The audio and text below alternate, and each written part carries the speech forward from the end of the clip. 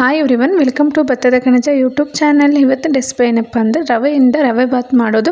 Almost ರವೆ ಉಪ್ಪಿಟ್ಟು ಮತ್ತು ತರಕಾರಿ ಉಪ್ಪಿಟ್ಟೆಲ್ಲ ನೋಡಿದ್ರೆ, ಬಟ್ ಅದೇ ರವೆಯಿಂದ ಬಾತ್ ಮಾಡಿ ಸಖತ್ತಾಗಿರುತ್ತೆ. ನೀವು ಪಲಾವ್ ಮಾಡೋದನ್ನೇ ಬಿಟ್ಬಿಡ್ತೀರಾ, ಅಷ್ಟು ಸೂಪರಾಗಿರ್ತಕ್ಕಂಥ ರೆಸಿಪಿ ರೆಡಿ ಆಗುತ್ತೆ. ಆಮೇಲೆ ಉಪ್ಪಿಟ್ಟು ಮಾಡಿದರೆ ಬಾಕ್ಸ್ ಕಟ್ಟೋಕ್ಕೆ ಒಂಥರ ಅನಿಸುತ್ತೆ, ಬಟ್ ಈ ರವೆ ಬಾತ್ ಮಾಡಿದರೆ ಬಾಕ್ಸ್ ಕಟ್ಟೋಕ್ಕೆ ಕೂಡ ಈಸಿ. ಈ ರವೆ ಬಾತ್ ತಿಂತಿದ್ರೆ ನಾವು ಇದನ್ನು ರವೆಯಿಂದಲೇ ಮಾಡಿದ್ದೀವೇನೋ ಅಂತ ಅನಿಸೋದಿಲ್ಲ, ಅಷ್ಟು ಟೇಸ್ಟಿಯಾಗಿರುತ್ತೆ ಮತ್ತು ಮಾಡೋದು ಕೂಡ ತುಂಬ ಈಸಿ. ಬನ್ನಿ ಇವಾಗ ಯಾವ ಥರ ಮಾಡೋದಂತ ನೋಡೋಣ. ಫಸ್ಟು ಕ್ಯಾರೆಟ್ನ ಈ ಥರ ಚಿಕ್ಕ ಚಿಕ್ಕದಕ್ಕೆ ಕಟ್ ಮಾಡ್ಕೊಂಬಿಡಿ. ಇದಕ್ಕೆ ತರಕಾರಿ ಬಂದು ಕ್ಯಾರೆಟು, ಬೀನ್ಸು, ಆಲೂಗಡ್ಡೆ ಮತ್ತು ಒಂದು ಟೊಮೊಟೊ, ಈರುಳ್ಳಿ, ಇಷ್ಟೇ ನಾನು ತರಕಾರಿ ತೊಗೊಂಡಿರೋದು. ಬೀನ್ಸು, ಕ್ಯಾರೆಟು ಮತ್ತು ಆಲೂಗಡ್ಡೆನ ಚಿಕ್ಕ ಚಿಕ್ಕದಾಗೆ ಕಟ್ ಮಾಡ್ಕೊಳ್ಳಿ.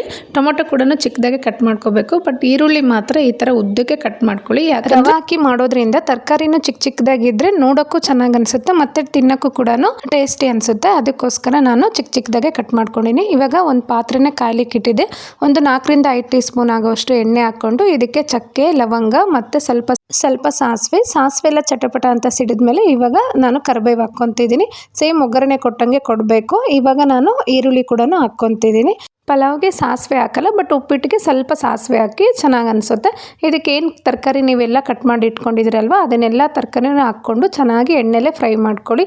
ಸೇಮ್ ಪಲಾವ್ಗೆ ಏನು ಮಸಾಲೆ ಐಟಮ್ಸ್ ಹಾಕ್ತಿರೋ ಸ್ಟಾರ್ಟಿಂಗಲ್ಲ ಎಣ್ಣೆಗೆ, ಅದೇ ಐಟಮ್ಸ್ ಚಕ್ಕೆ, ಲವಂಗ ಮತ್ತು ಮರಾಠಿ ಮಗ್ಗು ಮತ್ತು ಪಲಾವ್ ಎಲೆ, ಇದ್ರ ಜೊತೆಗೆ ನೀವು ಯಾಲಕ್ಕಿ ಕೂಡ ಹಾಕ್ಕೋಬೋದು. ಎಲ್ಲನೂ ಹಾಕ್ಕೊಂಡು ಅದೆಲ್ಲ ಫ್ರೈ ಆದಮೇಲೆ ತರಕಾರಿ ಎಲ್ಲ ಹಾಕ್ಕೊಂಬಿಡಿ. ನೋಡಿರಿ, ಇವಾಗ ಲಾಸ್ಟಲ್ಲಿ ನಾನು ಟೊಮೊಟೊ ಹಾಕ್ತಿದ್ದೀನಿ.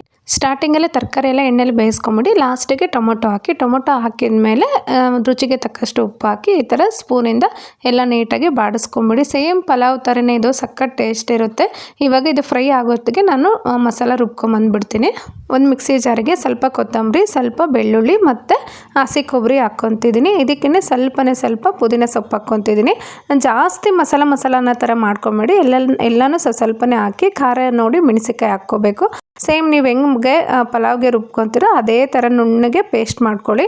ಈ ಮಸಾಲ ಕಂಪಲ್ಸರಿ ರುಬ್ಬಿ ಹಾಕಲೇಬೇಕು. ಈ ಮಸಾಲ ರುಬ್ಬಿ ಹಾಕೋದ್ರಿಂದನೇ ಇದಕ್ಕೆ ರವೆ ಬಾತು ಅನ್ನೋದು. ಈಗ ಆಲ್ರೆಡಿ ತರಕಾರಿ ಎಲ್ಲ ಬೆಂದಿತ್ತು. ಬೆಂದಿರ್ತಕ್ಕಂಥ ತರಕಾರಿಗೆ ನಾವು ಇವಾಗ ಏನು ಮಸಾಲ ರುಬ್ಬಿರ್ತೀವೋ ಅದು ಮಸಾಲಾನ ಹಾಕ್ಕೊಳ್ಳೋಣ. ಫಸ್ಟು ಎಣ್ಣೆಲೇ ನೀಟಾಗಿ ಫ್ರೈ ಮಾಡ್ಕೊಂಬಿಡಿ, ಯಾಕಂದರೆ ಹಸಿ ಸ್ಮೆಲ್ಲೆಲ್ಲ ಹೋಗ್ಬಿಡುತ್ತೆ. ಎಣ್ಣೆಲಿ ಫ್ರೈ ಫಸ್ಟಿಗೆ ಮಾಡ್ಕೊಂಬಿಟ್ರೆ ಎಲ್ಲೂ ನಿಮ್ಗೆ ಹಸಿ ಸ್ಮೆಲ್ ಅಂತ ಅನಿಸೋದೇ ಇಲ್ಲ, ಮತ್ತು ಘಮ್ ಅಂತ ಸ್ಮೆಲ್ ಬರ್ತಿರುತ್ತೆ, ಸಖತ್ ಟೇಸ್ಟ್ ಇರುತ್ತೆ. ಆ ಥರ ಮಾಡಿಕೊಂಡ್ರೆ ಫಸ್ಟಿಗೆ ನೀರು ಹಾಕಿ ಎಲ್ಲ ಫ್ರೈ ಮಾಡ್ಕೊಂಬಿಟ್ರೆ ಅಷ್ಟು ಮಸಾಲದೇನು ಸ್ಮೆಲ್ ಹೋಗಿರಂಗಿಲ್ಲ. ಅದು ಫಸ್ಟಿಗೆ ಗ್ರೇವಿ ಎಲ್ಲ ಎಣ್ಣೆಲಿ ಫ್ರೈ ಆದಮೇಲೆ ಇವಾಗ ಅದು ಏನು ಜಾರಿಯಲ್ಲಿ ಇನ್ನೂ ಸ್ವಲ್ಪ ಉಳಿದಿತ್ತು ಅದಕ್ಕೊಂಚೂರು ನೀರು ಹಾಕ್ಕೊಂಡು ಮತ್ತೆ ಫ್ರೈ ಮಾಡ್ಕೊತಿದ್ದೀನಿ.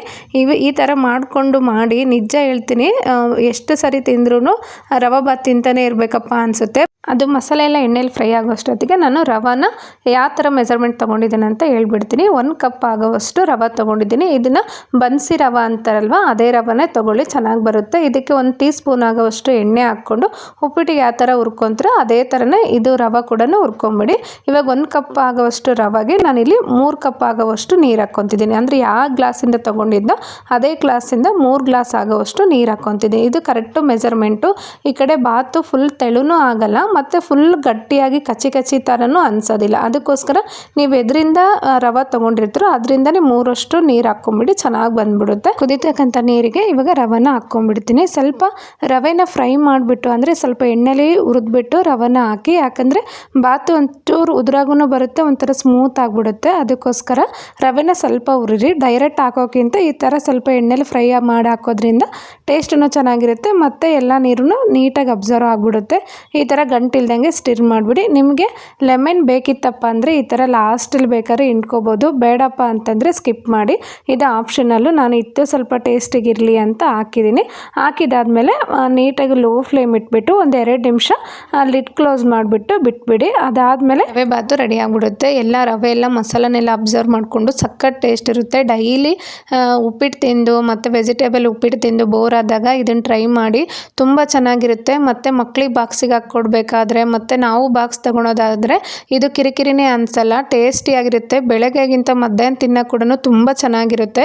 ಕೆಲವೊಬ್ರಿಗಂತೂ ಉಪ್ಪಿಟ್ಟು ಅಂದ್ರೇ ಇರಿಟೇಟು, ಅಂಥವ್ರಿಗೆ ಈ ಥರ ಮಾಡಿಕೊಡಿ, ತುಂಬ ಇಷ್ಟಪಡ್ತಾರೆ.